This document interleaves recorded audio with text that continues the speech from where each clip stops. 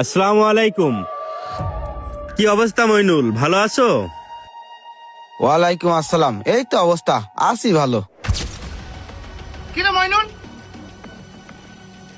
Chairman তোর বাড়ি পরে আছে, তুই কোনো গুরুত্ব না দিয়ে তোর মতো তুই কাজ করেই যাচ্ছিস, ব্যাপারটা কি?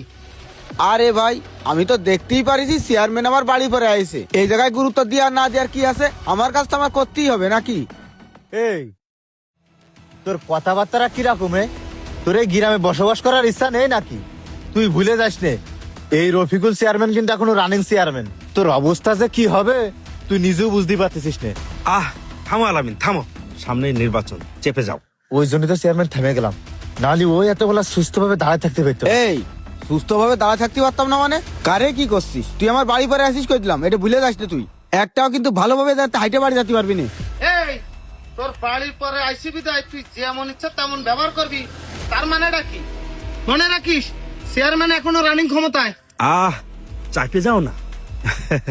ভাই মইনুল, তুমি এদের কথায় কিছু মনে করো না। অতীতে যা হয়েছে হয়েছে, আমরা সব ভুলে যাই।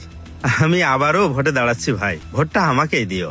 না, আপনার মতো চেয়ারম্যান রে ভুল করে আমি একবার ভোট দিছি, এই ভুল আর করবো না। আপনার মতো চেয়ারম্যান রে আমিও ভোট দেবো না, আমার পরিবার সহ গ্রামবাসী সবাই কব আপনারা যেন কেউ ভোট না দেন। এই কি করলি তুই? এই জায়গা চেয়ারম্যান আরে আরে কি হয়েছে জায়গায়, কি হয়েছে? আরে দেখি চেয়ারম্যান হয়েছে জায়গায়, কি হয়েছে? এই সরো তোমরা, সরো। কিরে মইনুল, চল বিয়া দেবো।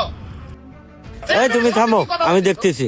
চেয়ারম্যান একজন সম্মানীয় ব্যক্তি, তার সামনে তুমি বিয়াদবি করতেছো কেন? আমি কোনো বিয়াদবি করিনি, বিয়াদবি এই চেয়ারম্যানের লোকেরাই করতেছে। আমার বাড়ি পরে আসে আমার সাথে ক্ষমতা দেখাচ্ছে, তাহলে আমি কি বসে থাকবো নাকি? আমি জীবনে কোনোদিন এই চেয়ারম্যানকে ভোট দেবো না। মইনুল, ভোট দিবা কি না দিবা সেটা তোমার একান্ত ব্যক্তিগত ব্যাপার। তারপরেও বাড়ির পরে আসলে তাদের সাথে তো তুমি এরকম ব্যবহার করতে পারো না। হ্যাঁ, একজন সম্মানিত ব্যক্তি বাড়ির পরে আসলি তার সাথে খারাপ ব্যবহার করতে নেই, কিন্তু আমাদের এই চেয়ারম্যান আমার সাথে যে কাজটা করেছে, এইটা যদি আপনার সাথে করতো, আপনি এই জায়গায় দাঁড়ায় কথা কইতেন না, আপনিও চেয়ারম্যানের সাথে খারাপ ব্যবহার করতেন। মানে চেয়ারম্যান তোমার সাথে কি এমন জঘন্য কাজ করেছে যে তার জন্য তুমি চেয়ারম্যানের লোকের সাথে এরকম খারাপ ব্যবহার